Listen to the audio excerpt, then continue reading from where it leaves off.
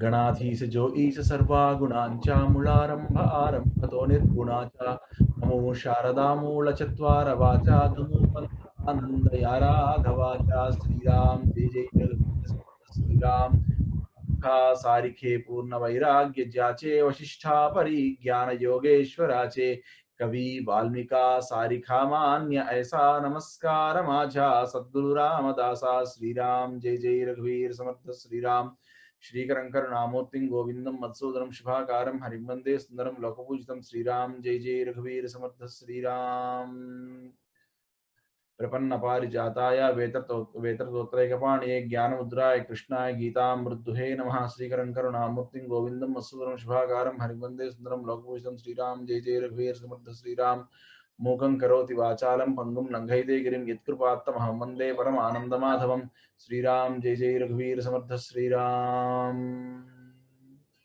पार्थाय प्रतिबोधितां भगवता नारायणेन स्वयं व्यासेन ग्रथितां पुराणमुदिना मध्ये महाभारतम् अद्वैतामृतवर्षिणीं भगवतीम् अष्टादशाध्यायिनीम् अम्ब त्वाम् अनुसन्दधामि भगवद्गीते भवद्वेषिणीम्.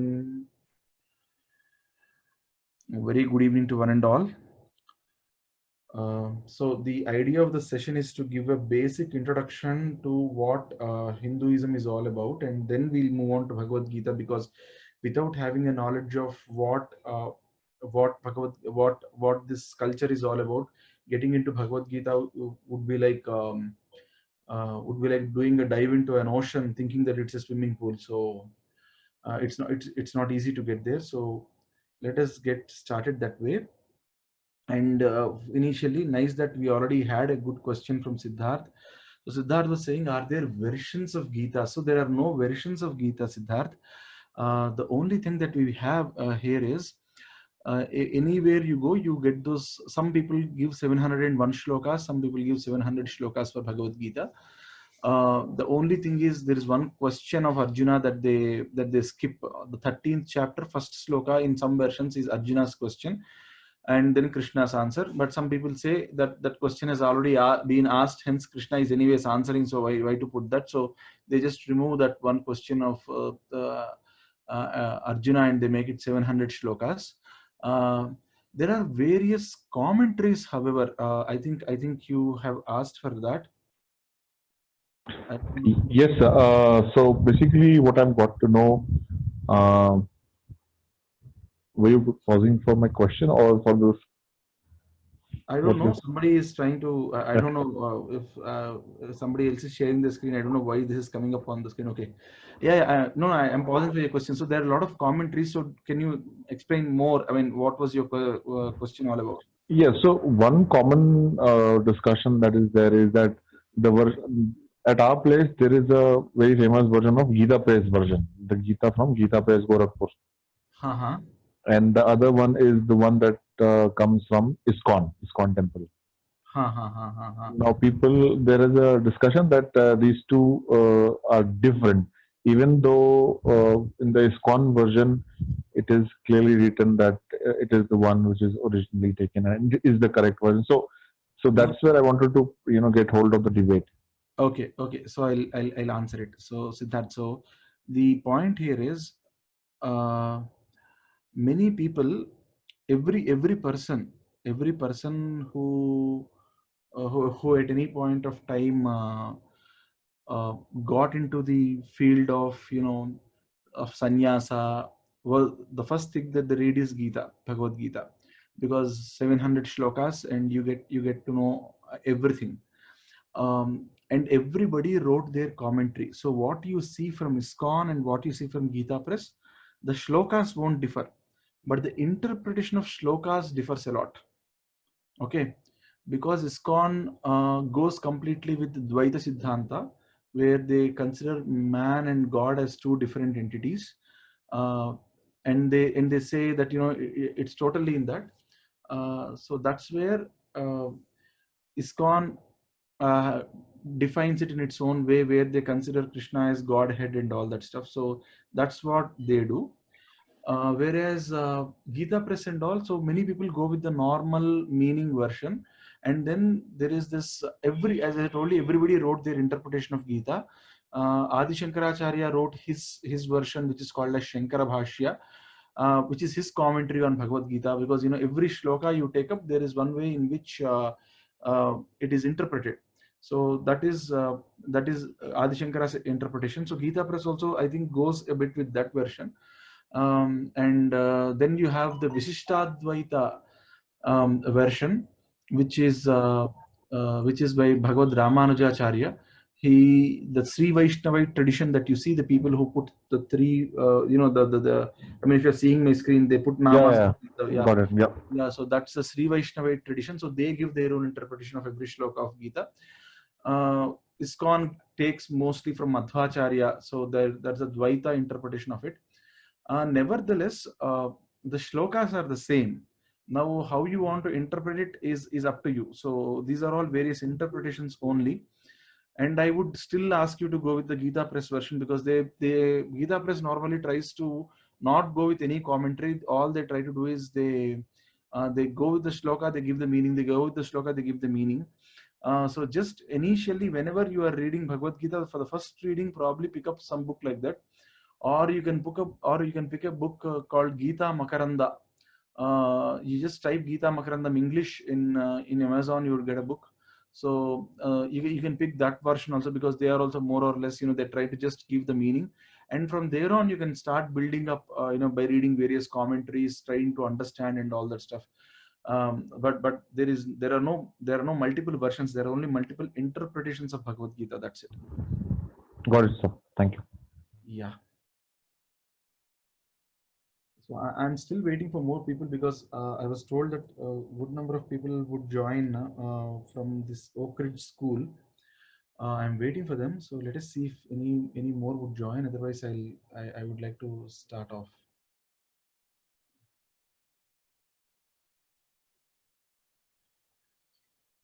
Okay, then I'll just give one more minute. 5:10. I'm going to start. Okay.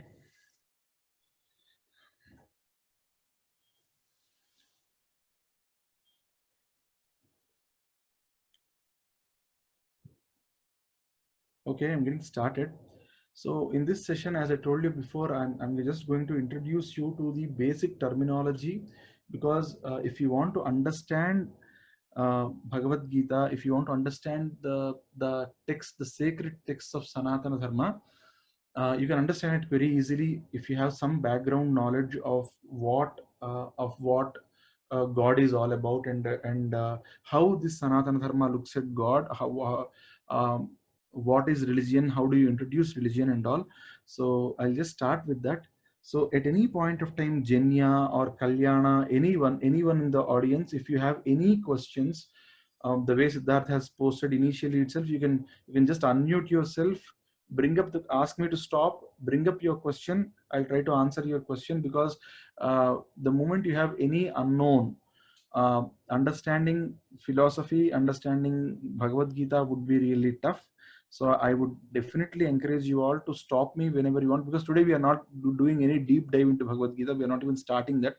Today we are just getting to understand the basics of the basic stuff that you need to understand Bhagavad Gita. So please stay focused, and whenever you have any doubts, please let me know. Okay, please feel free to interrupt. Okay, so yes, we are getting started.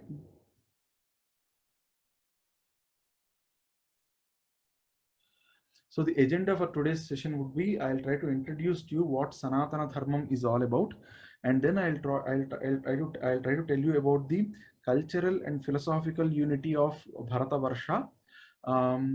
And then I'll also tell you about what is religion and how we need to look at it, because I'm sure most of you would be looking at these questions for the first time. And then I'll also talk about the philosophical base of Sanatana Dharma, because whenever you are trying to learn anything, the first thing that you need to understand is what is the underlying philosophy for it. And then I'll also give you an explanation of sacred texts, of all the sacred texts of Hindus. I'll try to tell you about that. Because while we all say Bhagavad Gita is the text for Hindus, some people might call it as a Mat Granth of Hindus. But it's not the only one, is what I want to tell you.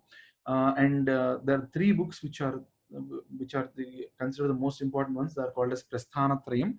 How that works, I'll tell you about all those three. And then the idea of God, the Satya Jnanam Anantam Brahma. And then we'll talk about the context in which Bhagavad Gita came up. And from the next session onwards, we'll go and look at each of the individual chapters. Okay. So that's the agenda for the session. Then we'll move on. Okay. So many people refer to this religion as Hinduism, but the original word for it is Sanatana Dharmam. People call it as Hinduism because the Persians, they were not able to pronounce the word Sindh properly, and the Sindh became Hind for them, and from there on people start calling these people as Hindus. But the the group of people who practice this, they are originally called this particular set of beliefs, they are called as Sanatanis, and the collection is called as Sanatana Dharmam. The religion is called as Sanatana Dharmam. It is not a religion per se, it is a dharmam which is meant to be practiced. So what does Sanatana Dharmam mean? The original name of Hinduism is that. So Sanatana means that is permanent in nature. Why is it permanent in nature? Recently, most of you would have seen these observations that were made by NASA, that the Rama Setu, which is connecting India and Sri Lanka, those sand masses and hillocks, the small ones, the stones that connect India and Sri Lanka, they figured out that the stones there were of more than 7,000 years old. So this entire concept that the whole world got created 6,000 years ago is not standing to the scientific or the rational mind. When a rational mind goes and inquires about it, the whole fitting of the 6,000-year-old world is actually being taken to cleaners. So Sanatana, the Sanatana Dharma says that the earth is 197 years old, and recent findings also by NASA and other agencies confirm this fact that the earth was at least 197 crore years old. That's what Sanatana Dharma also says. It's 197 crore years old. And Sanatana Dharma also says that there are 84,000 different ways in which a person can take birth in this world. Means 84,000 lakh varieties of species, and that's what we are also seeing now. So Sanatana is from times immemorial. It is there. It's going to be there. So that Sanatana is something that's if something is there for 197 crore years, I'm sure you would want to call it as something permanent, because we don't even live for 197 years, right? So I doubt if we live for that 97 years also. So that's permanency of Sanatana. So it's there for a long time, 197 crore years. So that's why it's called Sanatana.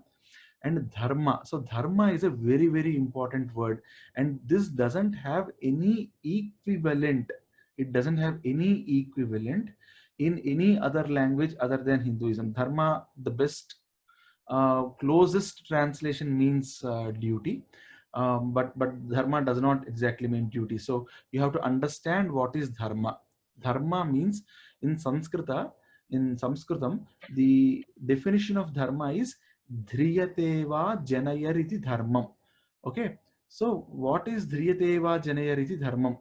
I'm sorry, I just thought I got a request for someone to join. Okay. So dhriyateva janayariti dharmam. So it means that this is what holds the society together. See, for example, if I am near my father, I'm telling this particularly for this for Jenya and other students to understand. See, if I go to my father, my dharma is putra dharma. If I am with my daughter, my dharma is pitu dharma. If I am with my wife, my dharma is of pati dharma. If I am with my boss, my dharma is udyoga dharma, because I'm a reportee to him.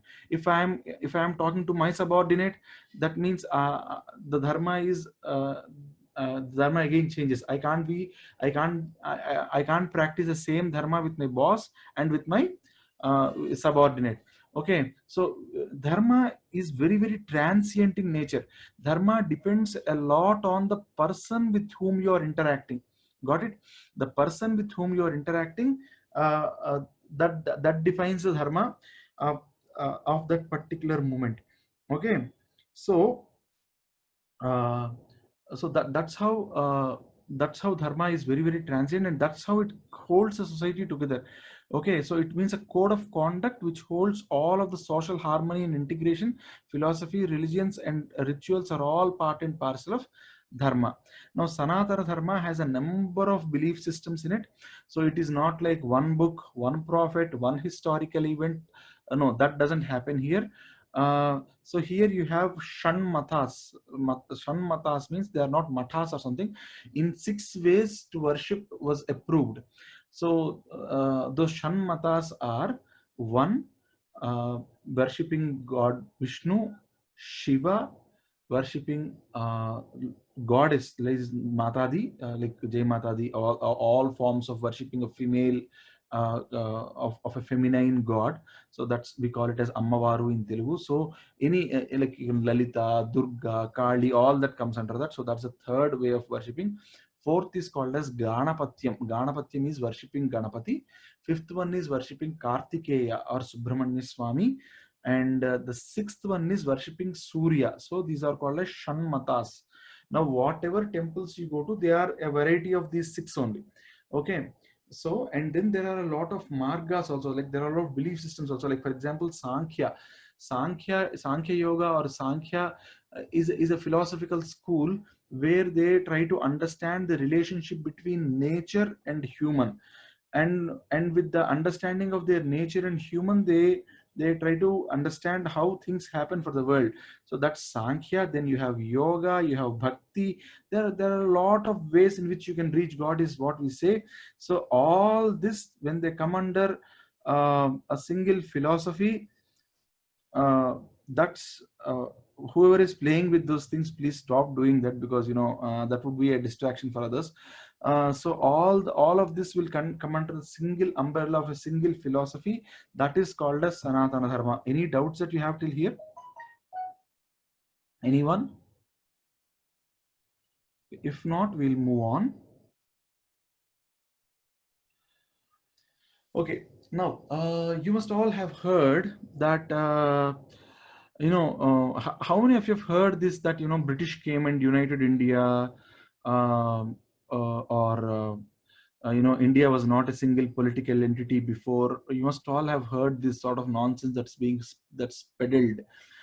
But let me tell you, this land is a single entity from Kandahar to Arunachal. Now, don't ask me where Kandahar is. Kandahar is in Afghanistan right now. From Kandahar to Arunachal and Asetu Himachalam. Asetu is Ramasetu, which is there in Asetu refers to Ramasetu, which is near Rameshwaram, and all the way till Himachalam. It's a single country. Now, why was this a single country? Because all acharyas who came, this was always a culturally united country. Well, the emperors were, it was split into multiple states, multiple small kingdoms. That was there. That was always there. Even today, we have multiple states. But the philosophically and the culturally and the spiritually, this country was always united. I'll give you a few examples. All the acharyas like Adi Shankaracharya, Ramanujacharya, Madhvacharya, all the great saints who came in this land, they actually toured this entire country.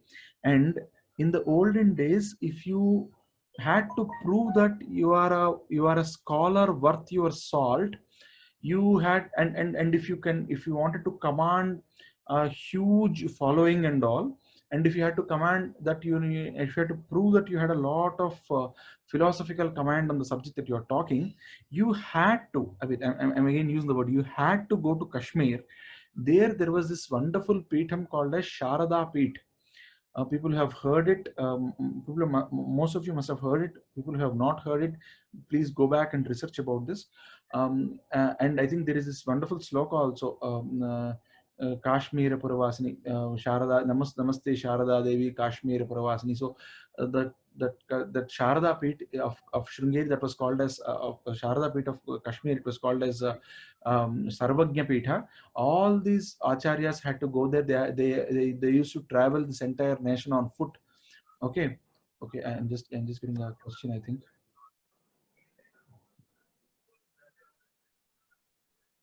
Yes, Srikant. Thank you very much for bringing that up. Yes, today it's in, sadly, it's in ruins. It's in uh, it's in ruins, and it's in Pakistan occupied Jammu and Kashmir. But everybody had to go to all these pithas, and they had to prove their worth. So all these acharyas traveled. It's like Shankara, Ramanujacharya, Madhvacharya, Samartha Ramadasa Swami, and almost every acharya who came, they did this. Now and another point that brings up the cultural unity of this entire place is the marriage mantras are the same across the entire nation. The lokacharam might differ, but the mantras are still the same. You are, Danya is now listening. Excuse me, who was that? Okay, I did not get the question. If you can probably repeat that question or something, if you want a better answer. Okay, forget marriage. Marriage rituals are the same, but forget marriage. You mantras are the same, not the rituals. Rituals again differ based on place, but the mantras are the same. For example, every morning when we take bath, anybody who is a spiritual practitioner, when they take bath, right? So there is this one sloka that's common across all India. I mean, India, Pakistan, even Afghanistan, till today's Arunachal, the sloka is common. So the sloka goes as Gange cha Yamune chaiva Godavari Saraswati Narmade Sindhu Kaveri Jalesmin Sannidham Kuru. So in that sloka we are saying Ganga, Gange cha Yamune chaiva. So Yamuna, Gange cha Yamune chaiva Godavari, Saraswati river, Narmada, Sindhu, Kaveri. We are asking the water of all these 7 rivers to be given to us into the part. So you put up a tumbler or you put up a small mug and say that all the 7 rivers water should come into this. I mean, you open your tap and then you take that and you pour it on your head. So what you're saying is that the water I am bathing in should go into all, should be the water from all these 7 rivers. Now, anybody who has read history, or people, if you are reading history right now also, Dinya and other students who are in the call, you must be knowing that all the civilizations that came up in the olden days, they came up beside river banks. So there was civilizations in Ganga, in the banks of Ganga, in the banks of Yamuna, in the banks of Saraswati, in the banks of Sindhu. I mean, the Sindhu is nothing but the Indus Valley civilization that you read these days. That's nothing but Sindhu. Narmada, Kaveri. So a person, Kaveri flows where? It flows in Tamil. It starts in Karnataka, flows into Tamil Nadu, and also flows in Kerala. Ganga, on the other end, it starts in Uttarakhand and it flows into it flows all the way till Bengal, and from there into Bangladesh. Whereas if you look at Sindhu, Sindhu starts again in Himalayas and it flows in west. It flows into Pakistan, today's Pakistan, and all those areas. So Narmada is the center. It flows through central India, right? It starts somewhere in Madhya Pradesh, if I'm not wrong, and it flows into Gujarat and goes off into the sea. So what every day, every morning, for anybody in any of these places, why are they trying to remember all these rivers? They are trying to remember all these rivers because they know that it's the same civilization that got settled across all these rivers. So the next time someone comes and says Britishers unified India, tell them this shloka and say that, buddy, this country was united much before you even dreamt of it. Okay, and then there is another shloka which says Kaveri Tungabhadra cha Krishna Vedincha Gautami Bhagirathi cha Vikhyata Panchaganga Prakirta. So here they are even bringing Brahmaputra and all into picture. So right from the Chinese borders where Brahmaputra flows all the way till Kaveri, all the rivers are being, all the people who do puja and all, I mean, even for puja, when they do the Kalasha Sthapana and all, they read out all these river names. So which essentially means that this country was united culturally much before.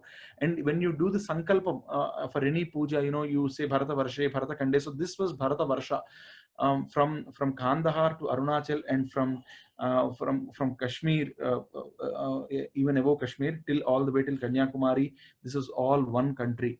And interestingly, when you look at, you know, whether you are from interior parts of Bihar, or whether you are from Arunachal or Assam, or whether you are from, or even if you are a Sindhi from the northwestern part of India, for all, or even if you are a resident of Rameshwaram in South India, the Jyotirlingas are the same, the Char Dham are the same, the Ashtadash Shaktipitas are the same. So all these signify the cultural unity that we have had, and that we continue to have. And when you look at any marriage, they do this Mahasankalpam in any Kalyanam, you'll see the whole land and all the kingdoms that are referred to over there. Okay, any questions still here?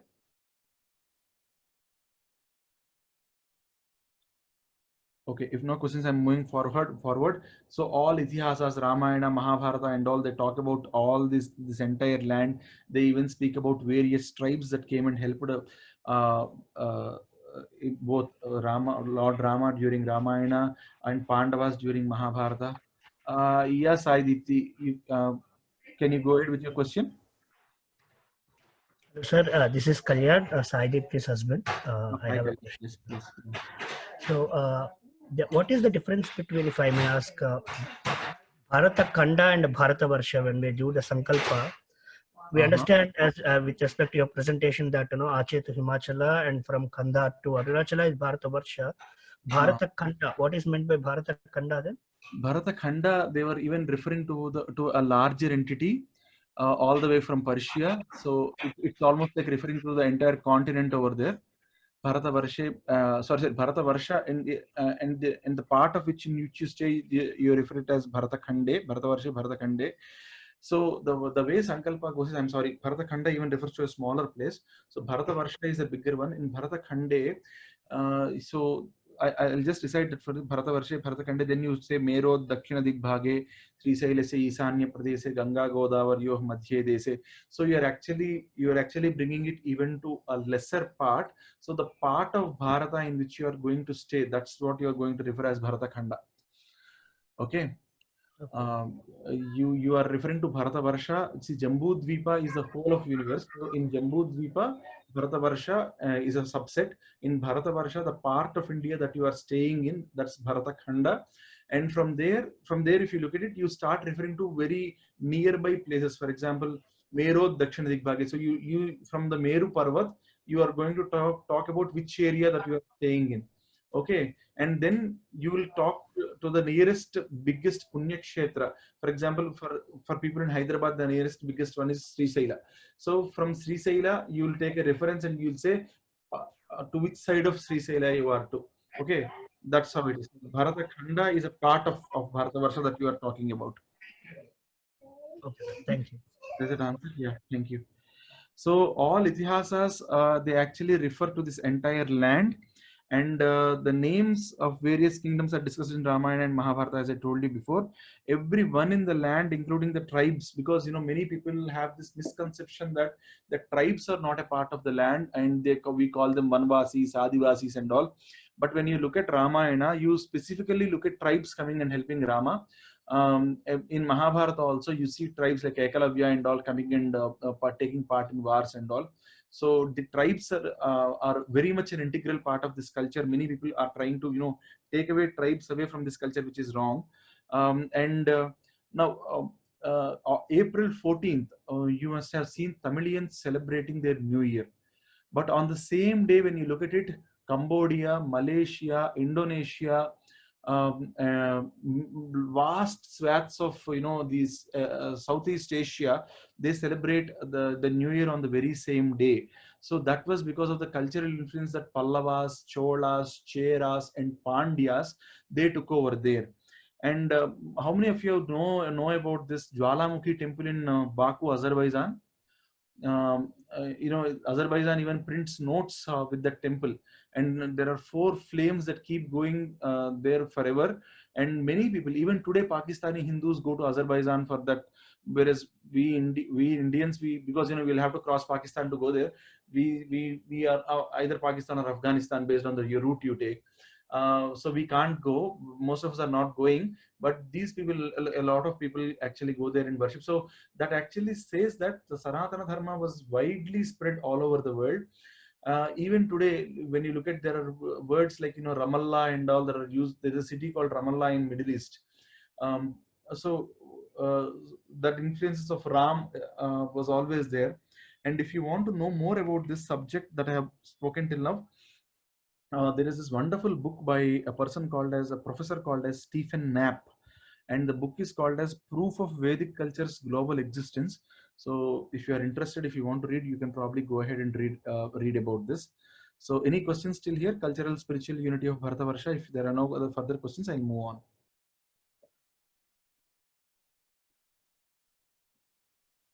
I take it as no questions, so I'm moving ahead. Okay, Jenya, do you have a question? Do you want me to unmute you?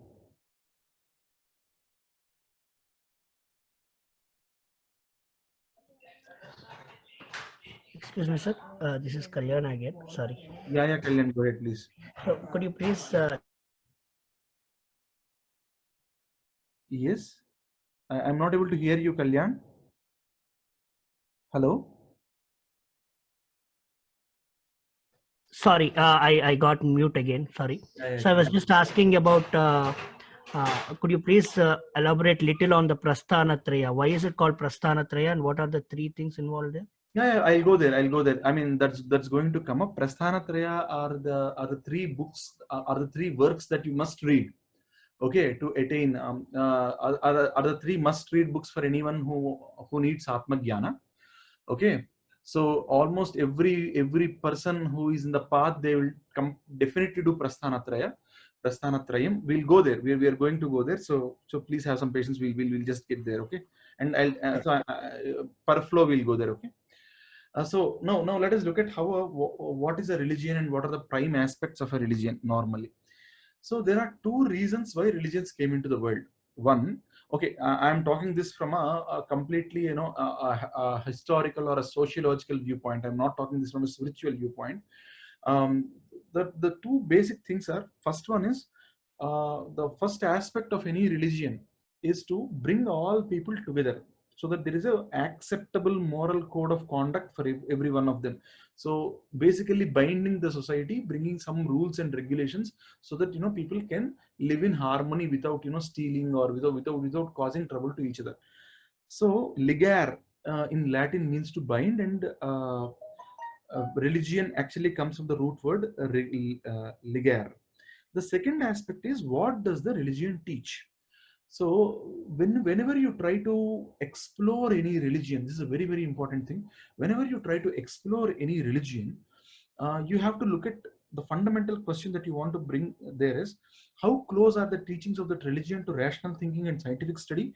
And the other question that you should be asking, anyway, particularly for the students, Jenya and others. So whenever you are looking at any religion, I really want you to question these 2 things. One is, what are the teachings of this religion and how close are they to the rational thinking and scientific study? 2, what is the philosophy of this religion? So every religion comes up with a philosophy. So what is it?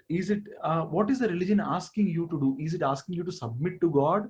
Is it saying that I have got a book and this book is supreme, you can't question anything in this book? If you are questioning it, it's blasphemy. That's one way of presenting religion. The other way is fostering the inquisitiveness inside you, because you have a lot. You are all student. When you are a student, particularly when you are a student, you have a lot of questions. I know Siddharth won't have a lot of questions. He's an engaged man now. He'll not have a lot of questions. Let him get married. He'll not have questions at all. I think Shrikant right. The only question later on people will have is, why did I get married? That's a different story. Anyways, but as a student, it is that phase of life where you have all your neurons working very, very strongly. You'll have to ask a lot of questions. So what is your religion asking you to do? Is it making you question more? Is a thing that you'll have to analyze whenever you are looking at any religion. See, there religions did good to the world. Almost every religion did some good to the world, and then there were some religions who brought in genocides in the world, where people fought for hundreds of years just because of religion. But luckily, Sanatana Dharma never went that path. Okay, we never went on to massacre people in the name of religion, and we never did attacks on people in the name of religion. So that way, Sanatana Dharma is a lot better than others. Okay, now whenever you look at a religion, I want you to think of these 4 points in mind. Keep these 4 points in mind. Every religion has some sort of belief systems within them. So there is a belief system of heaven and hell in some religions. There is a belief system in some religions that yes, Shrikant, please go ahead with your question. Shrikant, if you can unmute yourself, you can. Yeah. Go ahead. Yes. Yes, sir. So there's this controversial question. So I'm a little active on Twitter, and whenever this comes, we say that Sanatana Dharma does not encourage genocide, and it has never encouraged. People come up with this argument. I have never find the source of it, that Shankaracharya, killed a lot of Buddhists to. No. Yeah. So is there any source of it, like, or just it's a just baseless argument, sir? See, people have that's just a figment of somebody's imagination, because when you read Shankara Charitra, that's called as Shankara Vijayam. You get the books everywhere. You go to Kanchikamakoti Peetham's website, you get a free copy of it. Shankaracharya always indulged in a tool called Vada. Okay, I'll thanks for bringing this question, and I'm going to give you some technical terms in the philosophy of Sanatana Dharma. So this word called Vada actually means, it's like a brainstorming session. Okay, where you just keep generating ideas. Samvada is a teacher and a student talking. So Shankaracharya always invited people for Vada, and then they had this philosophical debate. You look at and the debate's rules were: if I defeat you in debate, you become my Sishya. If I defeat you, you become my Sishya. If you defeat me, I become your Sishya. That's how he won over all of these Buddhist monks. Okay.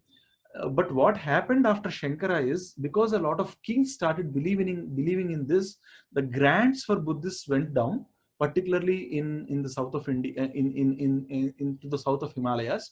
That's where Buddhism started losing its prominence.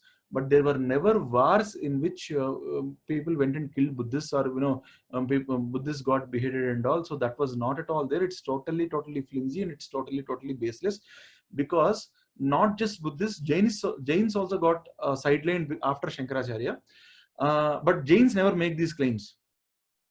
Okay, so when two people lose to one man, and one man is making a different claim and the other person is making a different claim, then you know that the truth is not there. And when you look at it, there are, for example, the recent controversy that came up in Ayodhya, where they found out Shivalingas and a lot of other Padma type petals and all the works that came up. Obviously, at least Shivalinga was not worshipped by Buddhists, right? So these are all figments of imagination that people have and they start claiming about it. So, but no, that's not at all the case. That's not at all the case, and there were no genocides or anything on the name of religion at all.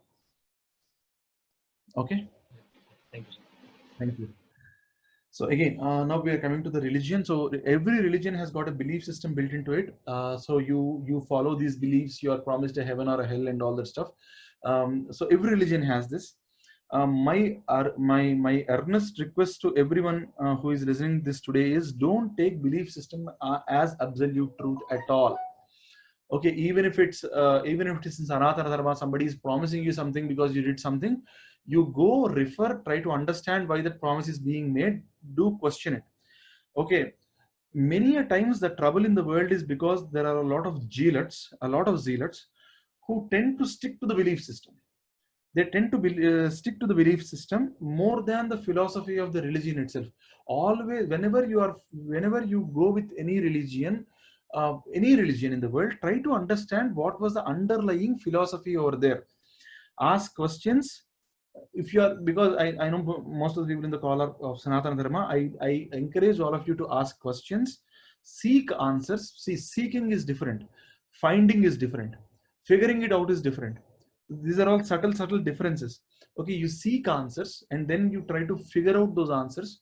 And then if you are not able to do that, reach out to gurus and imbibe some spiritual practice, then you will get all sorts of answers. So, but never ever take anything blindly. Don't even take, I mean, whatever I'm talking in this, that also you don't take blindly.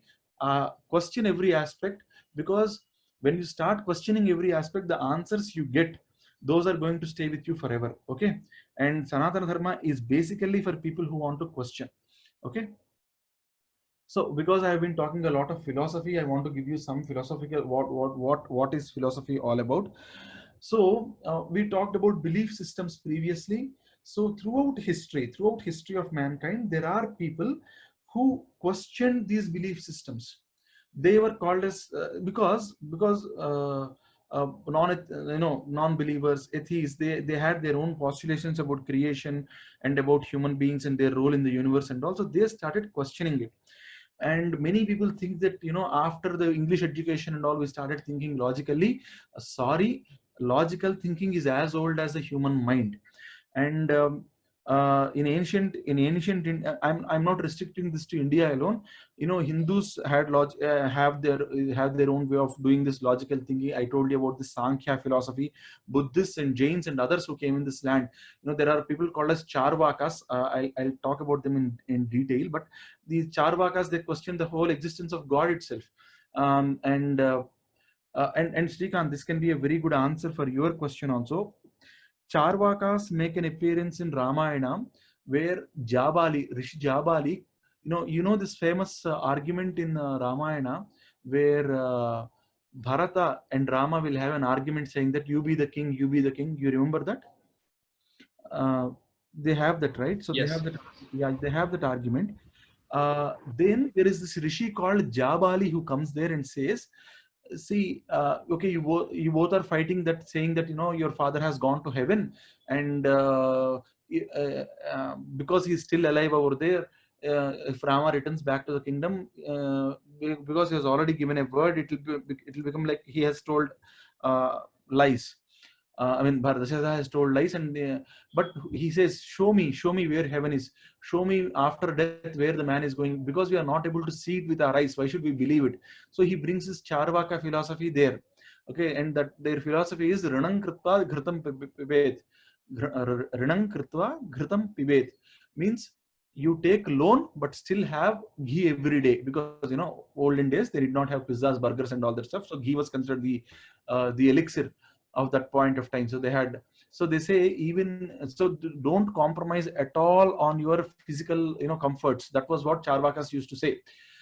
And now they opposed every aspect, many aspects of Hinduism throughout. And in its record in history, this Akbar's autobiography, I think Abu Faisal or someone wrote it. Aine Akbar is the name of the book, in which Akbar holds a big conference of all religions, and there Charvakas also come and argue, saying that there is no God. Okay, and then that Abu Faisal writes, I don't understand how these guys are getting tolerated so much, and they call themselves as a followers of a particular religion, and that religion is still tolerating these people when they are coming out and saying that there is no God. So the logical thinking systems were there from long time. Hindus had it, Buddhists had it, Jains had it, others, many others also had it. Similarly, Greeks had it, Romans had it. So every civilization, and you would be surprised to know that even Islam had it. They were called as Mutalazites. But they were removed, they were killed and all that stuff. They lived only during the 8th and 9th centuries, if I'm not wrong. So these thinkers were called as philosophers. So philosophy is the study of fundamental nature of knowledge, the reality, existence, and especially into divinity and all. And this is considered a very, very academic discipline. So the philosophical thought has nothing to do with the religious structure. Please understand this. The thought or the inquiry into the nature of the truth, the absolute truth, has got nothing to do with the religious structure. And many scientific discoveries actually came out of philosophical thought. You must have heard of Rene Descartes and all, who gave us so many transforms and all. They were actually philosophers. Now, the difference between the Western cultures and the Eastern cultures comes up here.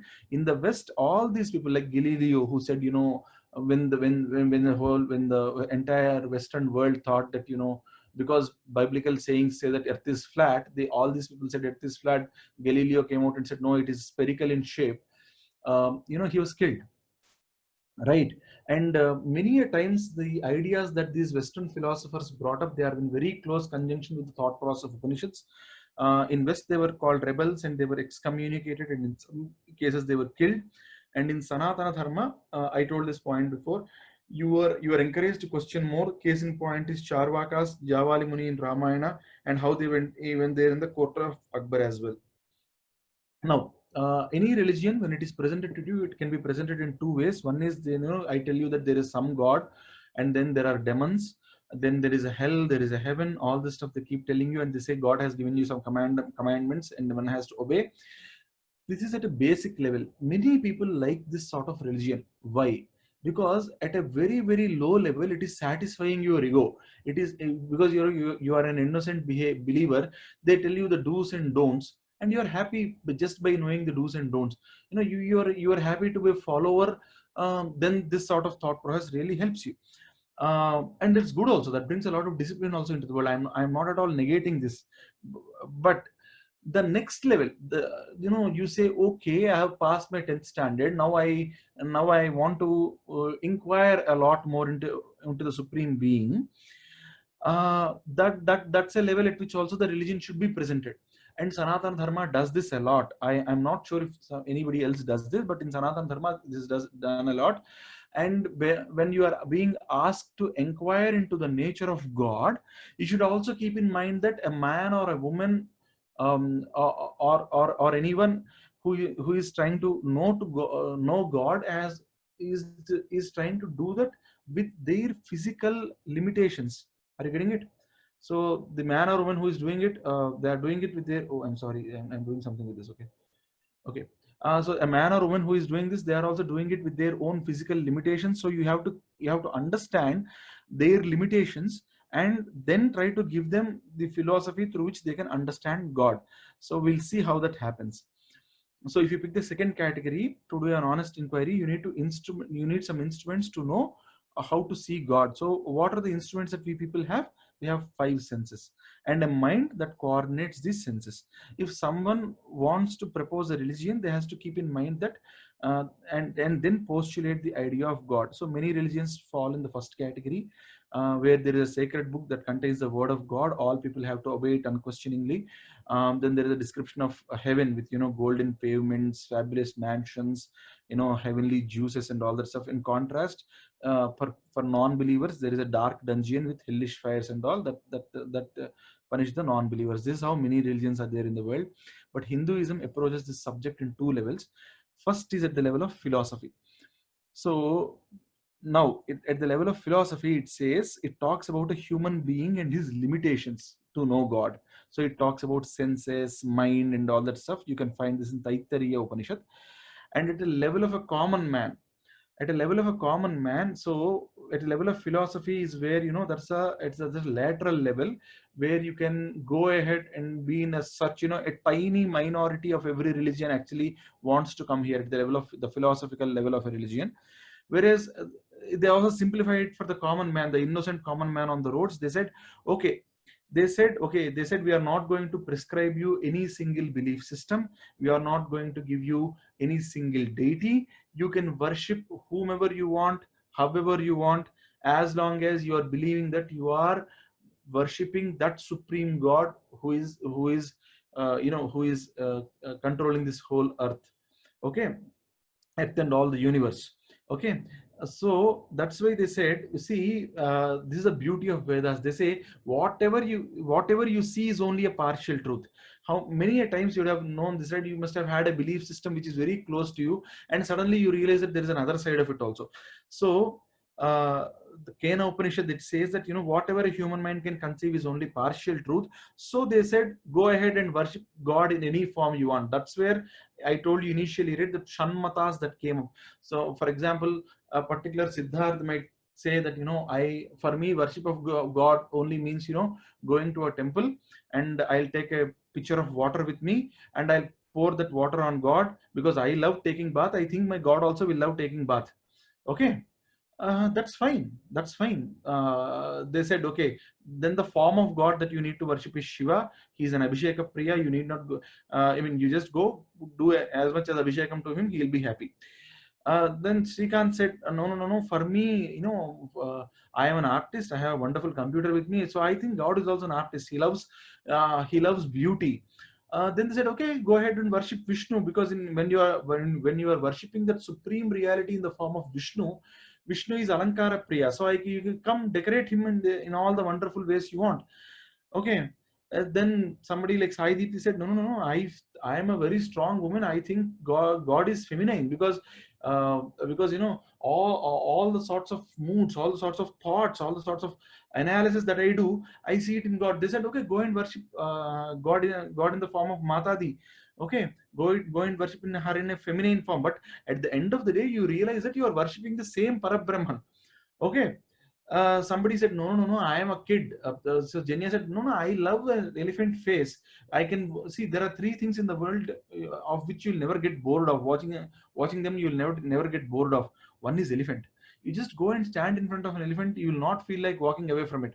That's the beauty of elephant's face. Two, the second way is, you know, you go on a full moon day and start watching moon. I mean, nowadays we have lost all those habits because, you know, particularly people in India, we are more worried about our late night calls. So probably Kalyan can practice this way because he's in the US. You go out and you watch the moon for any amount of time. You know, the time will just pass away, but you will not get bored of watching the moon. But you will see this particularly in kids. Okay, and the last one is sea. You go and sit on any beach. Have you ever seen any soul in this world who said, I'm bored of a beach?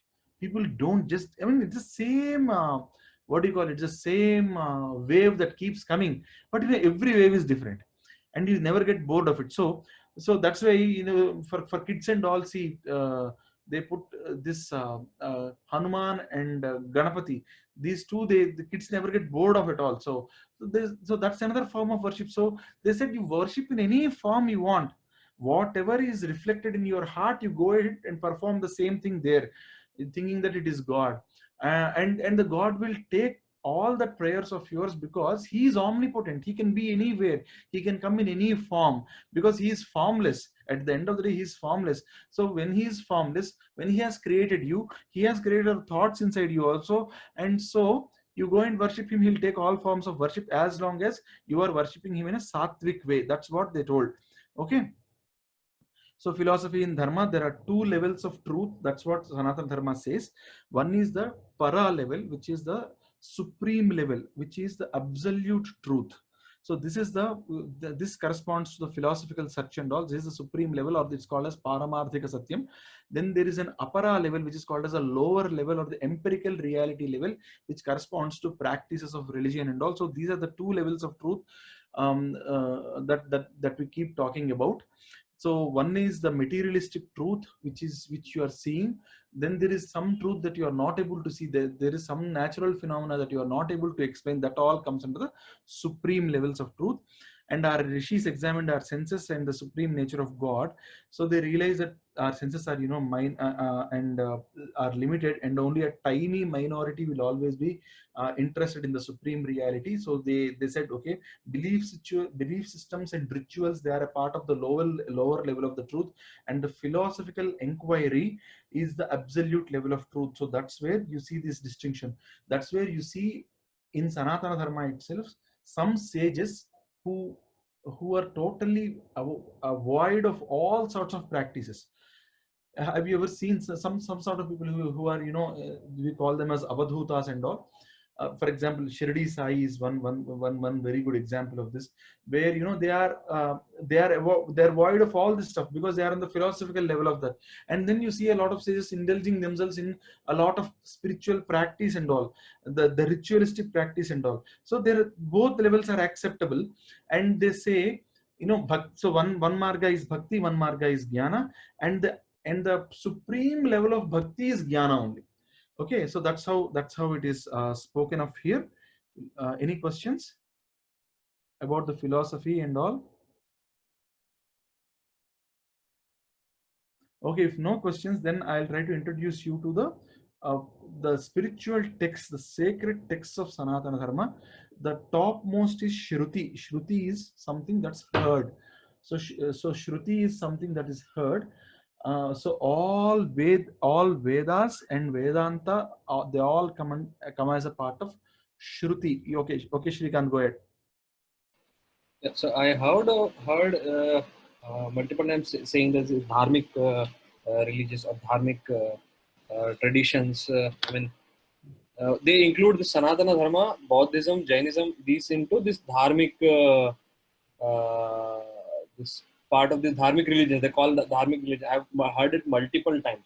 Now, when you're saying this, I'm trying to map that. So, you told Shan Matas, Shanmatas, yeah, no, and but Buddhism and Jainism don't come as a part of Shanmatas. They are not a yeah, part of Shanmatas. yeah, but they are also called matas, na? In our Sanskritam and in Hindi, we call Bauddha Matam or Yeah. Jaina Matam. So, is it related to something? I mean, how? Yeah, go ahead. So, these their Matam means what is? Is it like something like opinion? Yeah, mata actually means an opinion. So that's why we call Sanatana as Dharma. And in Sanatana Dharma, you have these Shanmatas through which Okay. you can approach the supreme reality. Yeah, I'll come to you, Kalyan. I'll come to you. Let me answer this. I'll come to you. So that's where when it comes to, you have to read Vivekananda to understand more of what he calls as Buddhism and Jainism. He says Buddhism is a rebel child of Sanatana Dharma. That's what he says. Okay. One second. I'll just mute myself for a minute because I'm listening somebody else speaking. Okay. ఇప్పుడు మాది house లోను clear అయిపోయింది. మేము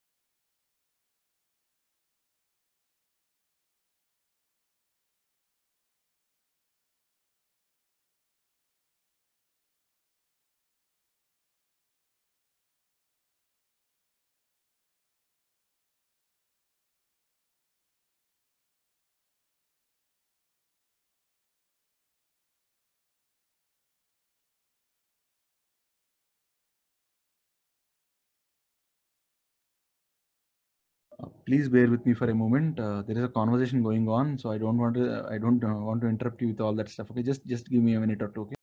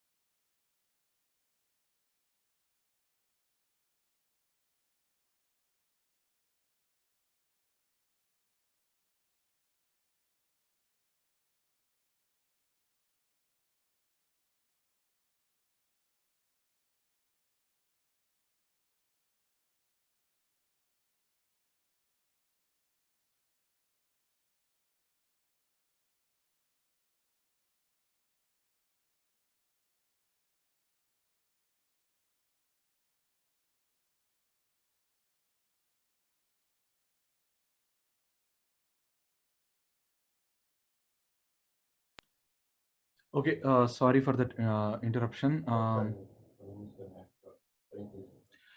Sorry for that interruption. So Shrikant, we were discussing regarding Buddhism and Jainism, right? So Buddhist and Jainist thoughts.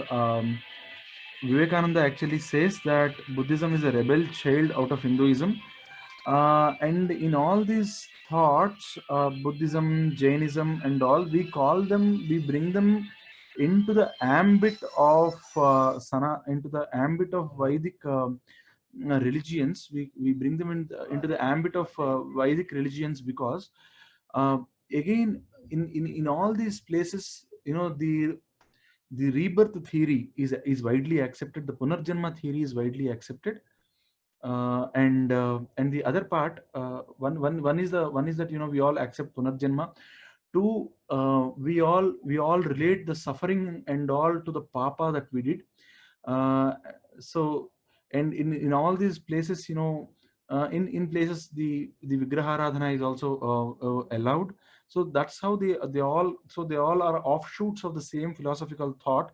Hence we bring all of them into the ambit of Sanatana Dharma. And one more distinctive feature of all these dharmic religions is that none of these religions actually waged wars to propagate themselves.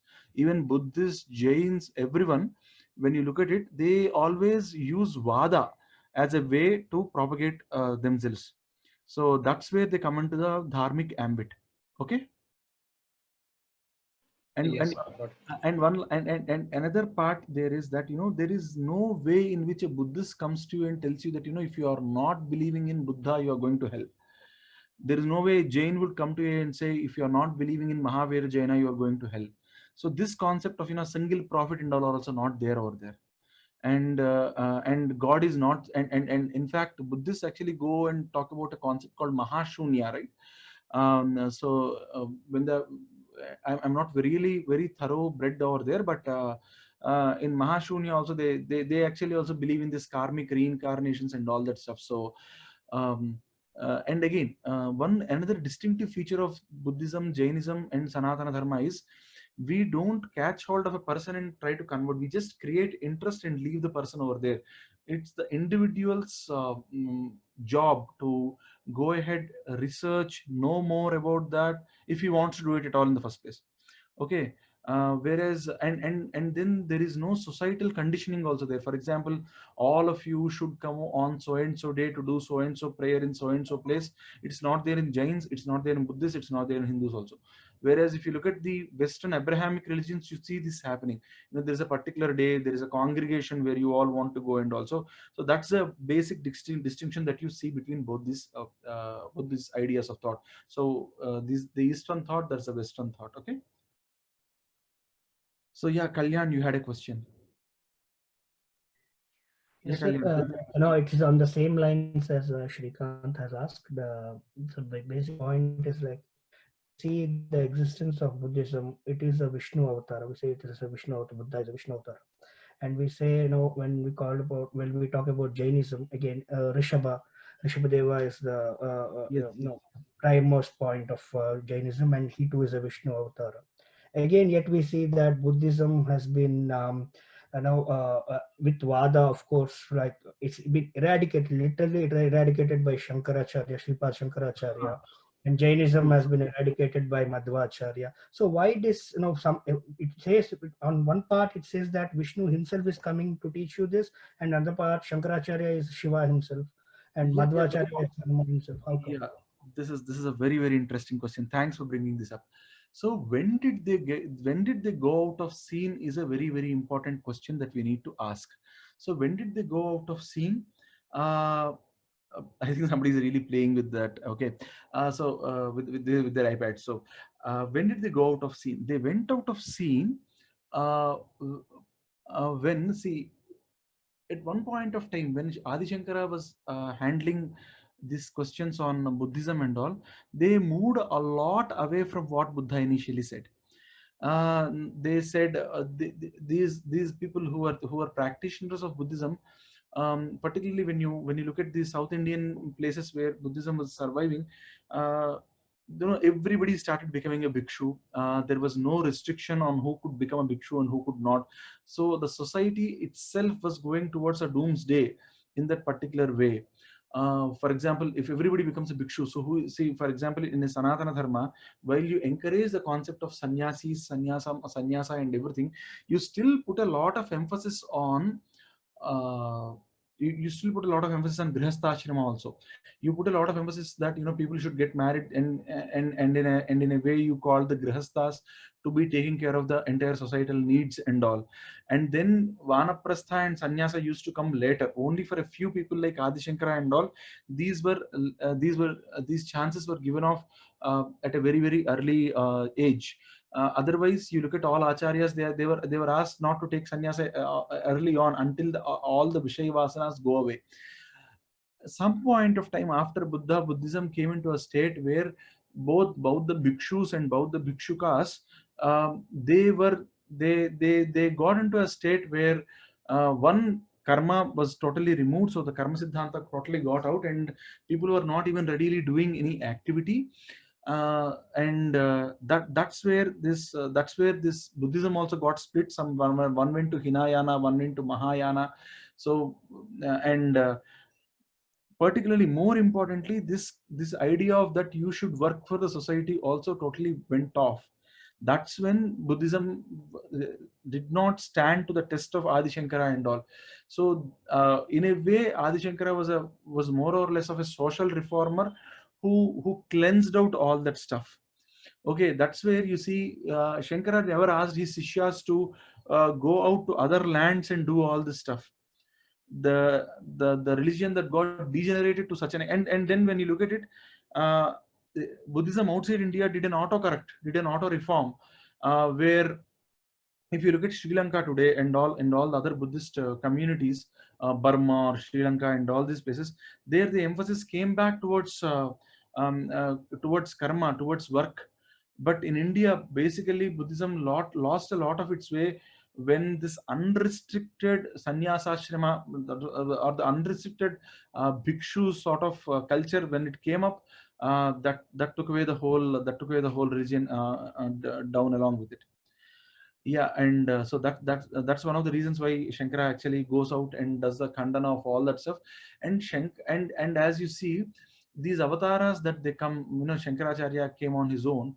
Adi Shankara is, Kailash Shankara himself came out as Kaladi Shankara. That's what we say. So when you see Shankaracharya coming out like this, and when he spoke about all this stuff, what Shankara tried to bring in was, he even questioned a lot of Hinduic practices at that point of time, because a lot of thrust was being given on ritualistic worship. That's where he brought in Advaita and Vedanta, and he said only karma is not going to take you anywhere. He questioned, so Kumarila Bhatt and Mandana Mishra, the two biggest vadas that happened with Shankara, were basically on the Advaita and Jnana Marga versus Karma Kanda. That's a famous discussion that happens between Mandana Mishra and the 30-day debate that happens between him and Mandana Mishra. Mandana Mishra is actually a Hindu with a lot of karmic, with a lot of emphasis on karma and the karma theory. Whereas Shankara comes and says karma will take you only to certain level, whereas jnana will take you to the next level. So that's the proof that he shows. So that's just a vada siddhanta that he did. So these people, when they came, they questioned a lot of practices, not just outside, they questioned a lot of practices inside also. So that's a total transformation that they try to bring in. Okay. Had Buddhism and Jainism had some answers to this, probably they would have countered Shankara, but at that point of time they did not have those answers to the questions that Shankara raised to all of them. Thank you. Yeah. So Shruti is the first set of sacred texts that we have. That's Vedas and Vedanta. So as I told you before, the starting portions of Vedas, they by and large they deal with the starting portions of they deal with rituals. Rig Veda, it deals with a lot of rituals. sorry, Rig Veda deals with a lot of hymns praising gods. Yajurveda deals with a lot of rituals. Samaveda, 90% of Samaveda's hymns are Rig Veda, only, and Atharvaveda deals with more of material science. So in the Purva Mimamsa, all that stuff deals with rituals, and the later part they deal the Vedas, they deal with um, the later part of Vedas, they deal with philosophy or Vedanta. Okay, Jenya, you had a question. Yeah, please go ahead.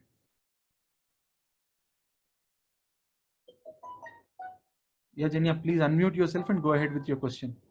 I forgot the question I had. I forgot the question I had.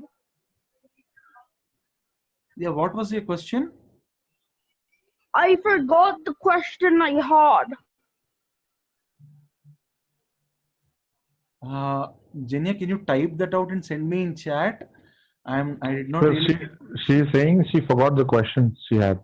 Oh, you forgot your question you had. Okay, okay. When you remember it, please do question. Okay.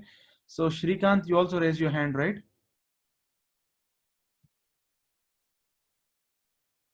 I think it was the reason from the previous questions.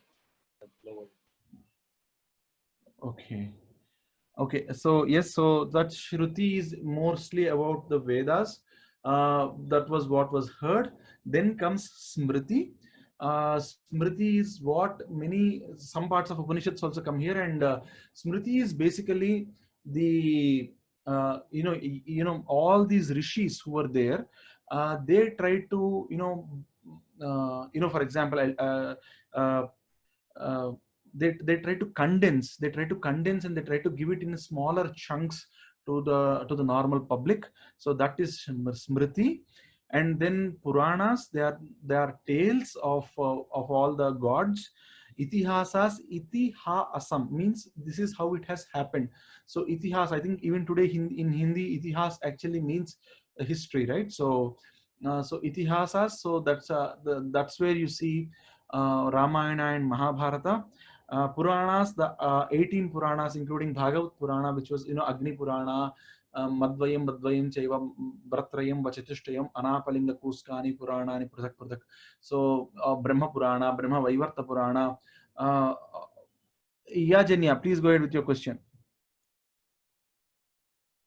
Shiva Purana. Yes, Shiva Purana, Shiva Mahapurana, all these are Puranas. So they come after Smritis. So Smritis are all written by Rishis. Yajnavalkya Smriti, Agastya Smriti, Atri Maharshi Smriti, they are all Smritis.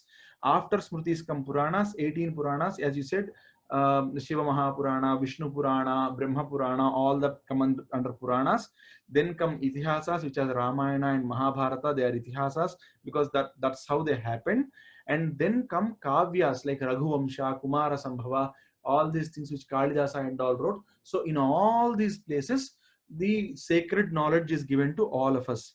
Okay. Now you might ask why so many of them. For example, Vedas are like, your father in bad mood. I don't know about the fathers of this generation, but 20, 30 years ago, at least when we were kids, in 90s, fathers were, very, very tough to deal with. So they mostly they had monosyllable statements. You do this, you could not even question, you had to do it. So when Vedas talk about something, they talk like father. Satyam Vada, speak truth, that's it. Dharman Chara, do dharma, that's it. Now in Purana, so that's how your father, that's how the fathers speak also, right?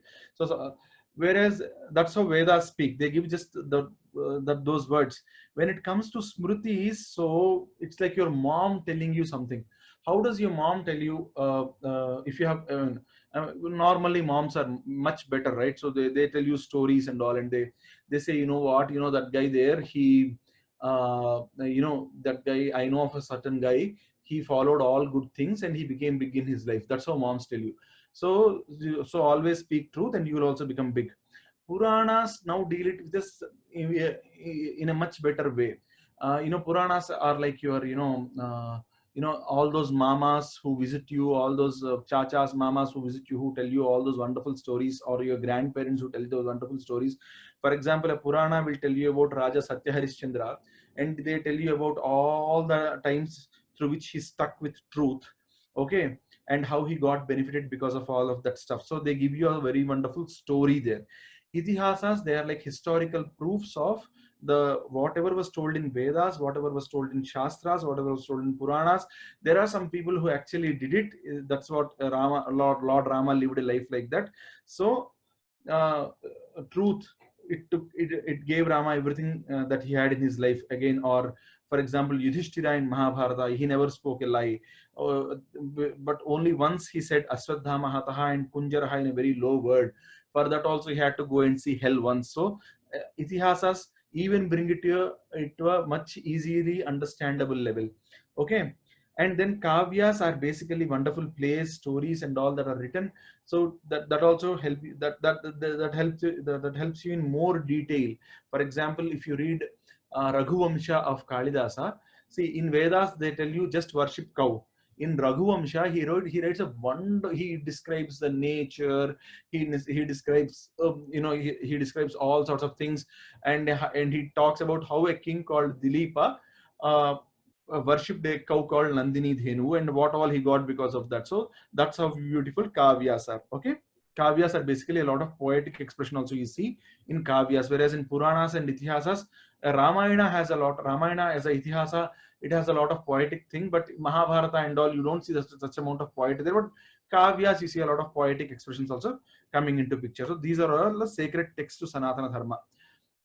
Okay, now that we have talked about all those three, now we'll talk about the most important stuff of Sanatana Dharma, because Sanatana Dharma has like, yes, Kalyan, please go ahead. So, sir, Vedas, Upanishads and Samhitas fit into those categories that you have mentioned? So Samhitas again come into Smritis, okay? So Upanishads are a little fluid. Some part of them, they go into Shruti. For example, Isavasya Upanishad is there, right? That's a part of Vedas. So that definitely goes into the Shruti part, okay? Whereas some of them are on, some texts are on the Vedanta, texts are on the outside of Vedas. So some of them come under Smritis also. Whereas all Samhitas, Samhitas are not the Samhitas of Vedas, not Rigveda Samhita and all. I'm talking about Bhrigu Samhita, Parasara Samhita, which are all written by rishis. They clearly identify themselves. So Agastya wrote Agastya Samhita. So where they clearly identify that, this is what I have written. So those are all called as smritis, because they have condensed a lot of knowledge and they have tried to bring it in a single volume. But whereas Veda Samhitas, the Richas, the Ghanas, all that Aranyakas, they are all Shruti only. Okay? Whereas things that were written, where people clearly said, this is what I understood, this is what I wrote. Agastya wrote like that. Bhrigu Maharshi wrote like that. Parashara Maharshi wrote like that. So all of them come under smritis. Okay, because smriti is your mind. That's where they said, I brought it out of my mind and I wrote it and I put it here. Okay, Shruti is what you have heard. That's Vedas. Okay. So the Upanishads can be said as the easy interpretation of Vedas. Is that what it is? No. Upanishads are the philosophical light of Vedas. So as I told you, right? See, in Vedas, the previous parts of Vedas before, every Veda, the Aranyakas and all, when we are talking about that parts of it, that is more to do with the hymns and the ritual approach and all. So whereas when you are moving towards the end of Vedas, you see a lot of philosophical questions being raised. That's called as Uttara Mimamsa. So Upanishads are in a way a condensed form where the knowledge has come out. Okay, than reading the entire Veda, you read the Upanishad and you get the almost the gist of it. Okay, but the original still is the original. Okay. Thank you, sir. Thank you. And Upanishads, and again, the Upanishads Upanishads don't talk about the rituals and all that stuff. Upanishads only talk about the philosophy. So in a way, if I can reframe it for you, the philosophical gist of Vedas can be found in the Upanishads. Okay, sir. Thank you. Okay. So so Prasthanatrayam. So I have mentioned it as Vedas here, but it's Upanishads that come under Prasthanatrayam particularly. So they came directly from God. Rishis who hold it over centuries compiled them and taught to their disciples. Philosophy is the same, but the language and expression are different across all the Vedas and all the Samhitas. When you see it, then comes the second part, which is called as Brahma Sutras. So Brahma Sutras, they actually help us in understanding Vedas better. Sometimes people see some contradictions. Brahma Sutras actually help you understanding Vedas better, and they talk about all the philosophical questions like who are all gods, is every person a god, and all that comes under Brahma Sutras. Now, and the third one, the most important one in Prasthanatrayam, and you look at all philosophers, they give commentaries on all these things. They give commentaries on Upanishads, they give commentaries on Brahma Sutras, they give commentary on Bhagavad Gita. So the initial Gita, as I told you initially, Gita is any part of prose that talks about God, that talks about unity of man and God, unity of person and God. That's called as Gita. Okay, so there are a lot of Gitas in the world. Astavakar Gita is there, Shiva Gita is there, um, uh, uh, and in Kapila Gita is there in Bhagavata. So you find a Durvasa Gita is there. So a lot of Gitas are there, and but Bhagavad Gita is considered the magnum opus because Paramatma himself spoke it, and Vasishtha Gita is there. So Vasishtha Gita is like a 30,000 sloka text in Ramayana itself. 30,000 slokas. So, people said, okay, we can't. Then came the Shiva Gita, which is which is a 3,000 sloka version. Then you have Astavakar Gita, probably 300 slokas. But then came Bhagavad Gita, which is 700 slokas.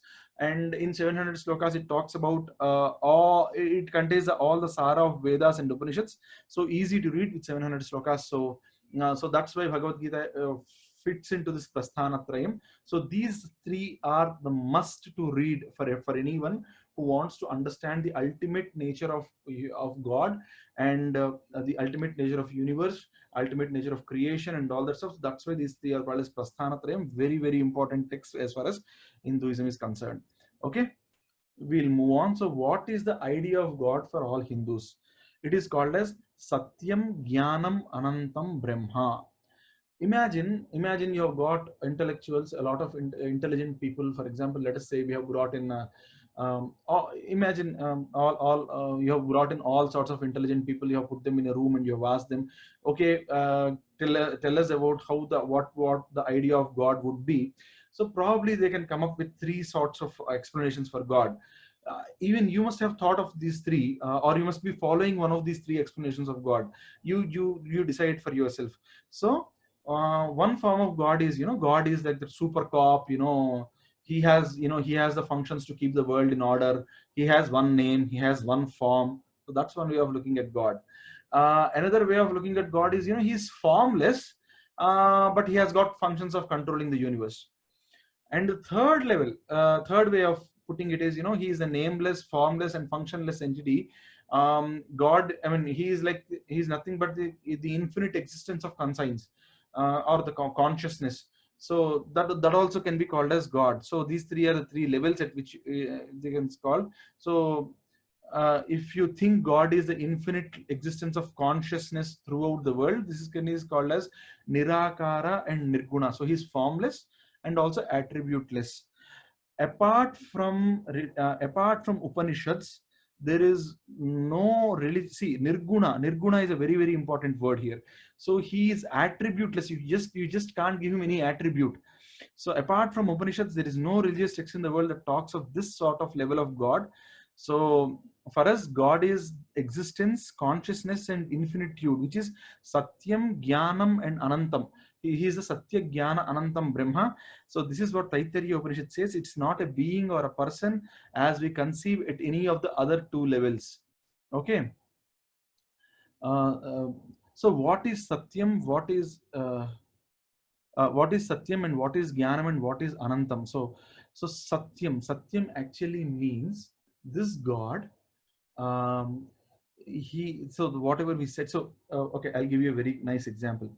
How many of you have seen a wonderful building being constructed, and the building in its prime, and the building, going into some repairs? Have you ever seen such buildings?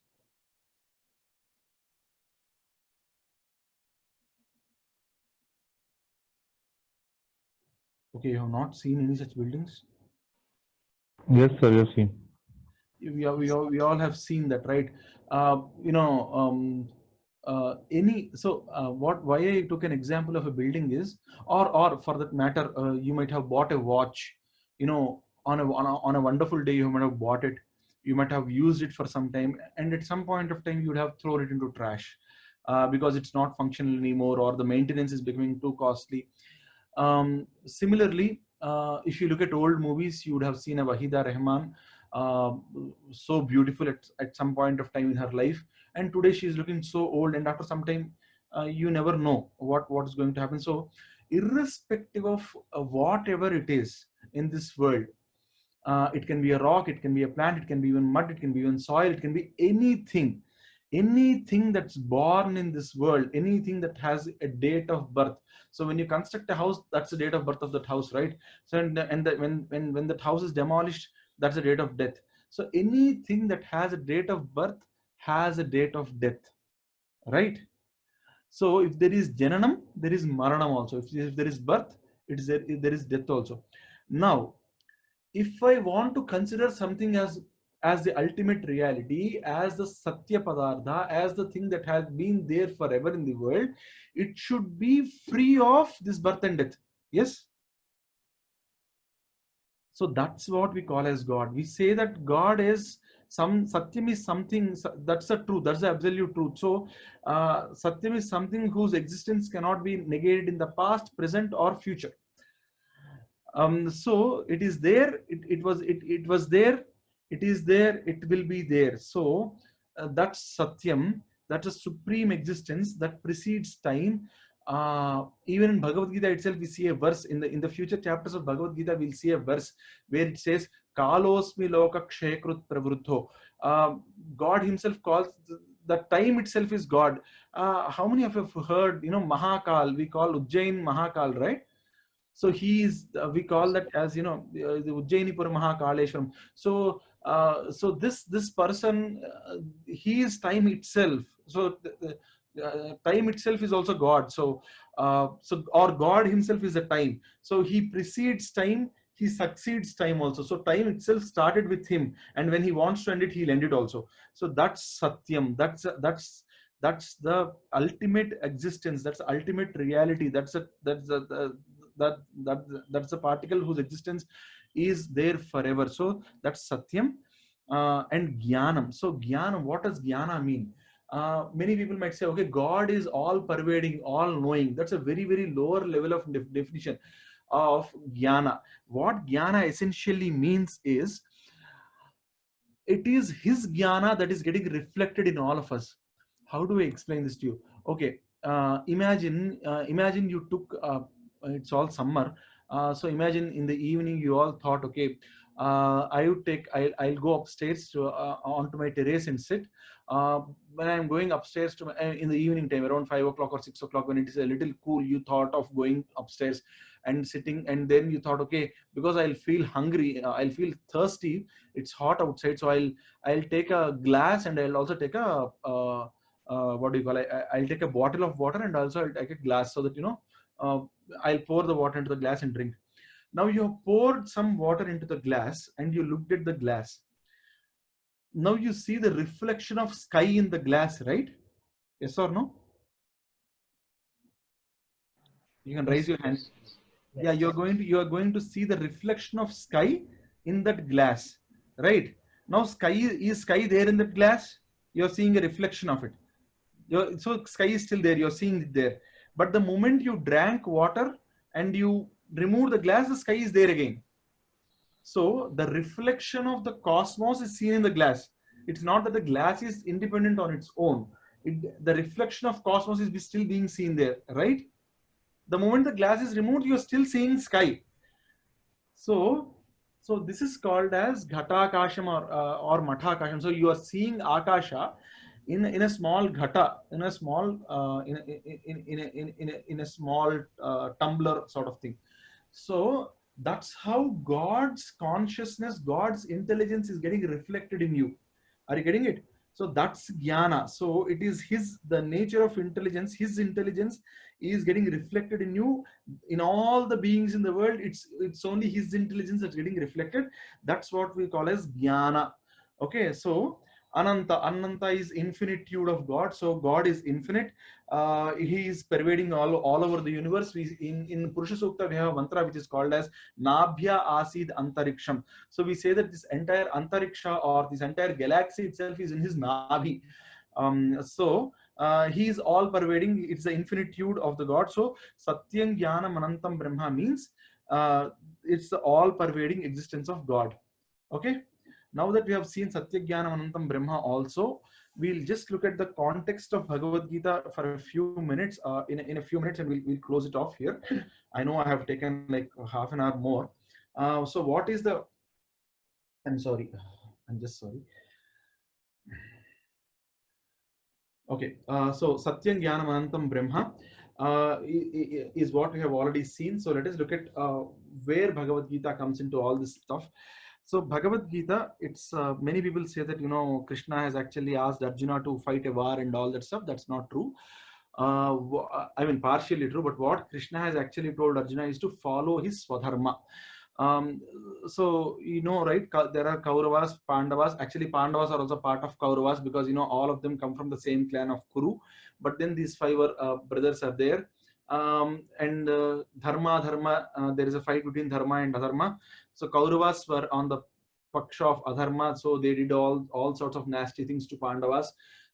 They snatched away the kingdom and they refused to give it back after all the conditions of Judah are met also.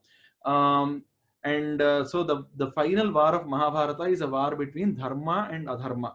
So Dharma is on the side of Pandavas because they are fighting for what was legitimate for them, and Adharma is on the side of Kauravas. Kauravas are on the side of Adharma because they snatched away somebody's kingdom using some kapata.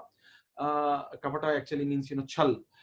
They did chal and they took away somebody's kingdom, and while they did take the kingdom, they refused to give it back, and they did all sorts of nasty things. Right? They tried to disrobe Draupadi. Duryodhana tried to kill Pandavas in the Laksha Griha. So there is an embodiment of Adharma on the other side, and somebody like Sri Krishna himself goes and tries to bring Sandhi, but that doesn't happen. So they go for a war, and now Arjuna, who is supposed to fight this war, he is in a dilemma. On one side, he is supposed to fight. See, he is like a cop who is supposed to, he's like an army man who is supposed to fight the people who are on the wrong side of things. And unfortunately, some of his family members are on the wrong side of things. So, the question for him here is, will I put my family above the ethic or the ethic above my family? That's Arjuna's confusion, and Arjuna sees them as his relatives and not as adharma parayanas, or the people who have actually done the adharma. That's the sort of thing there. That's Arjuna's confusion, and then that's the confusion that he expresses out, and then Sri Krishna actually answers him. So Bhagavad Gita happens on day 1 of Mahabharata Yuddha. At the start of Mahabharata Yuddha, Bhagavad Gita comes out because Arjuna says, you know, I'm not able to fight and all. We'll see it in the next session anyways. He says, I'm not able to fight and all that stuff. But Bhagavad Gita got revealed to the world on the 11th day. Why? Because Vedavyasa, before the war starts, Vedavyasa comes to Dhritarashtra, who is the blind king, and says, do you want to watch the war? Dhritarashtra says, no, I don't want to watch it, but I want to know the updates. So I think the first live telecaster was of the whole world. The first live telecast, if at all, it was done actually. So it was done by Sanjaya. So he was the guy who was able to see it, and he was the first commentator also. So he was watching it and he was giving a commentary to Dhritarashtra. No, what happens is Vedavyasa says, okay, I'll give the Divya Drishti to Sanjaya in that case. Dhritarashtra, you get all the updates from Sanjaya because Dhritarashtra says, I don't want to see it directly. Give it to Sanjaya. He will give the commentary for me. Vyasa says yes, and he leaves. So Dhritarashtra was like, you know, he was pretty overconfident that as long as this guy called Bhishma is there, I am not going to lose this war. So for first 10 days, he won't ask Sanjaya for any updates. On the 10th day night, he gets to know that Bhishma has fallen, and things are going tough for Kauravas. Then on the 11th day morning, he summons Sanjaya and says, now tell me everything from the start, from day one, whatever has happened, tell me. So now Sanjaya looks at everything from day one and he starts explaining. So while Krishna gave Bhagavad Gita to Arjuna on day one itself, it became revealed to the other parts of the world only on the 11th day because of Dhritarashtra asking it on the 11th day. That's why we do the Bhishma Ekadasi on the 11th. So that's why we do Gita Jayanti on the 11th day of Margasira Masa. Okay. So that ends probably my session for today. I think I gave you an elaborate introduction to what Hinduism is all about. The way we look at God in Hinduism, the Satya Jnana Anantam Brahma. And so in the upcoming sessions, we'll look at each of the chapters of Bhagavad Gita and try to understand what was taught and what were the questions of Arjuna and how the whole thing spanned out. If you have any questions, I am ready to take them.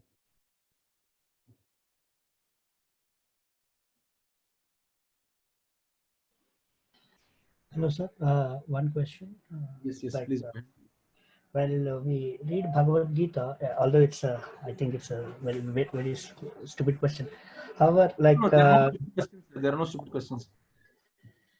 so the point is, we see in entire Bhagavad Gita whenever we have a cursory glance, whomsoever is speaking, the uvacha is given, like Sanjay uvacha, Dhritarashtra uvacha, Bhagavan uvacha, Arjuna uvacha. However, in the third text, when Duryodhana was speaking, the uvacha was not given. Is there any significance for that? No, Duryodhana was no. You're talking about the third in the first. Duryodhana speaks only once. That too, he goes to Bhishma and he says, what does he say? I mean, Pashtaitam Panduputranam Acharya Pashtaitam Panduputranam Acharya Mahatinchamu Yudham Drupadaputrena Tavasishyena Dhimataha. So he doesn't speak much. He just speaks one or two sentences, and I don't know why Sanjaya did not give Duryodhana his due there, because Sanjaya does not actually refer to it that way, and if you look at it, I think that the import, because Sanjaya was the translator over there, Sanjaya was the person who was telling, and there are the first 10 slokas, if I'm not wrong, first sloka is Dhritarashtra who speaks, then Sanjaya speaks for 10 slokas, right?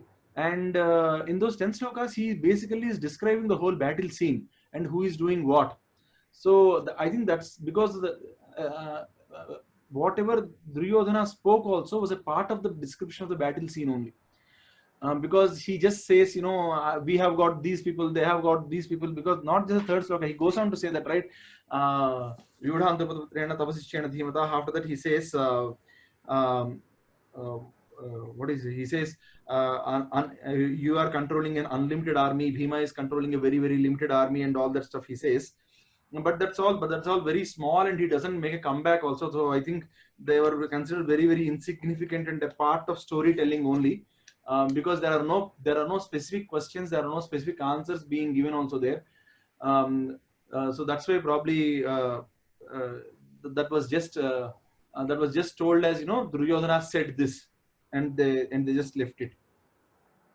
So by which I understand it's an indirect speech of Sanjaya giving the gist of what Duryodhana speak to Dhritarashtra. Yeah. So he's saying, because hardly he's speaking for about 6 slokas, right? That's what Arjuna is. That's what Duryodhana is speaking.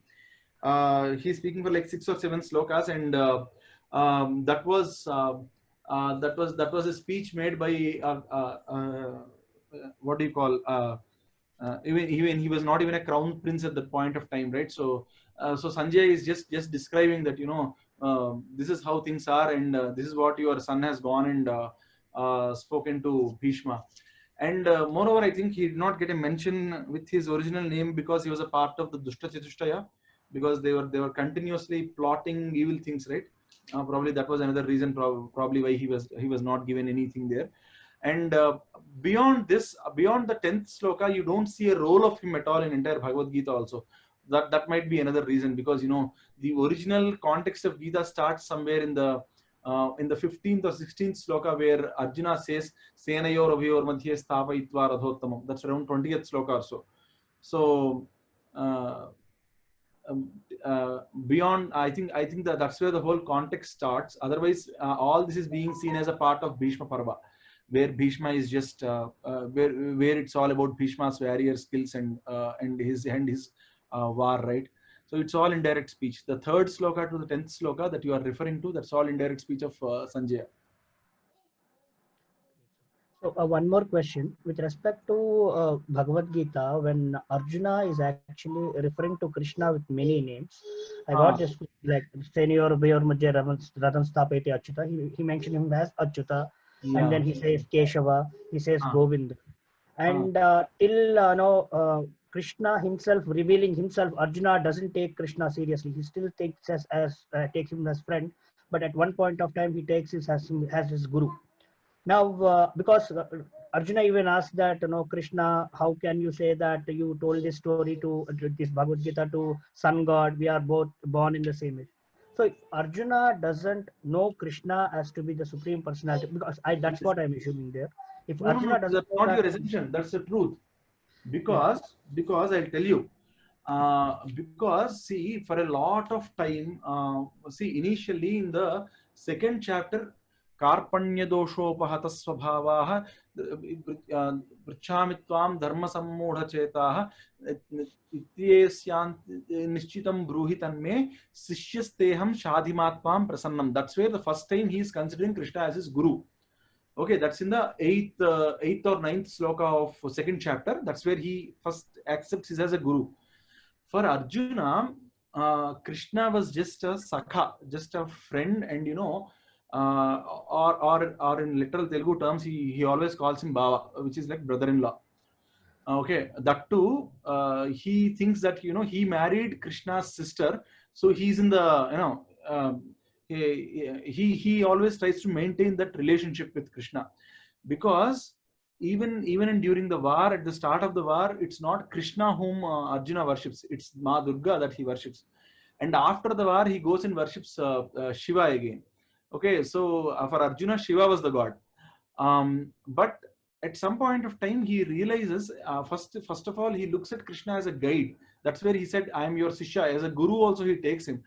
But as you rightly said, somewhere in the middle, whatever you mentioned is in the 9th chapter. He says, how did you tell this to Manu, Ikshvaku, sun god and all, he says, right? So that's in the 9th chapter. And Krishna, then when he reveals himself in the 11th chapter, when he shows the Vishwarupa Sandarshana and all, then he actually says, Kiritinam Gadinam Chakrahastam, Ichhamitvam Drashtamitvam Tadhaiva. So he says, show me that, don't show me this Vishwarupa of yours, show me that small form of yours, which I'm used to. So that's where he realizes all this stuff. And after he realizes, right, I'll give you a very small story if you have some time. In the 13th day of battle, Abhimanyu dies. You all know that, right? Abhimanyu dies on the 13th day of battle. So that night, Arjuna comes back and he makes a pratignya that he'll kill Jayadratha on the next day. Hope you all remember, hope you all know that story after Abhimanyu's death. Now Jayadratha, and he says, if I am not killing Jayadratha, I am going to commit suicide by taking Agni Samadhi the next day. That's what he says. And here, that night, Arjuna goes to sleep happily. Whereas Krishna is worried, because if Arjuna is not able to kill Jayadratha on the next day, the war is lost for all practical purposes, because on the other side you still have Dronacharya and Karna, and on this side you don't have anybody else to fight. Now Krishna goes to Arjuna's tent and wakes him up and says, see, you made this pratigya, will you be able to kill him tomorrow and all?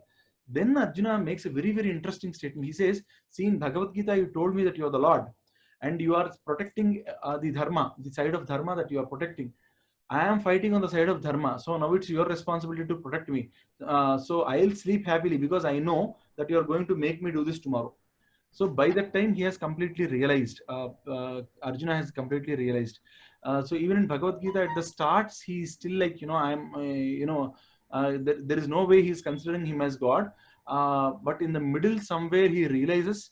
And Krishna actually says that in the last also, right? Sarvadharman parityajya mamekam sharanam vraja ahantva sarvavapebhyo mokshishyam. Around that time, I think he has made a complete sarvasi sharanagati and said, you are the God for me. I realize that you are the God. Yeah. So, like a continuation to the question, what you have given explanation is perfectly suits. Thank you for that. So the point is that when Arjuna was referring Krishna as Madhava, Achyuta, Govinda, Keshava, these are all the names of the Supreme Personality of Godhead. Like when Vishnu, his incarnations and all. My doubt is that but Arjuna, but by the time of Arjuna, a lot of people have already referred to Krishna as Keshava, Madhusudana, and all even before. Okay, so even Arjuna had like 14-16 names, which he keeps repeating. Okay, so there is no so we need not consider that as a apabhramsha or a different traction that Arjuna took, because Krishna was already referred with all these names before. And when you look at it, Arjuna won't really take all the godly names till he realizes. Till then, he is still talking in the normal tones only. Okay, but Vyasa was referring to him in all those names, because see, Madhusudana actually there is a exactly that's what I want to know. Is it Vyasa's editing or Arjuna's direct speech is what I want to understand there. No, that's Sansi. See, whatever was given to us is what Sanjaya saw and Sanjaya narrated. Okay. So see, again, there are a lot of meanings also here. See, for example, when you look at Madhusudana in one way means killer of the demon called Madhu. And in other ways, the person who removes laziness is also called as Madhusudana. Okay. So all these are there. So we never know in what context Arjuna actually mentioned him as Madhusudana. Yes. And when you look at it, Arjuna's tone actually changes after Vishwarupa Sandarshan Yoga. If you are, since you have read so much, I would ask you to go ahead and see that that particular transition that Arjuna makes in terms of questions also. Yes. He asked if at all he is eligible to ask such a question. From the moment he sees that Vishwarupa Sandarshana, right, he'll start taking all interesting names of Krishna. Till then, he is more like, he's in colloquial terms that he's talking.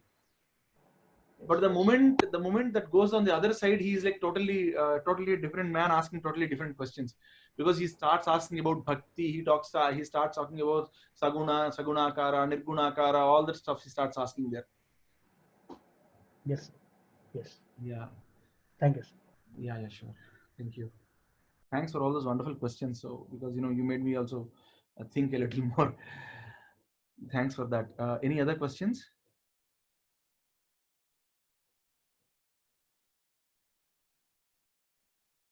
Okay, if there are no other questions, I'd like to thanks for being a wonderful audience, and thanks for asking all those wonderful questions. We would close it. We'd close it here, and I have recorded this thing, so I'll try to upload this video recording also somewhere, probably in YouTube and all. And the subsequent ones for these sessions, I'd be mostly doing Facebook lives.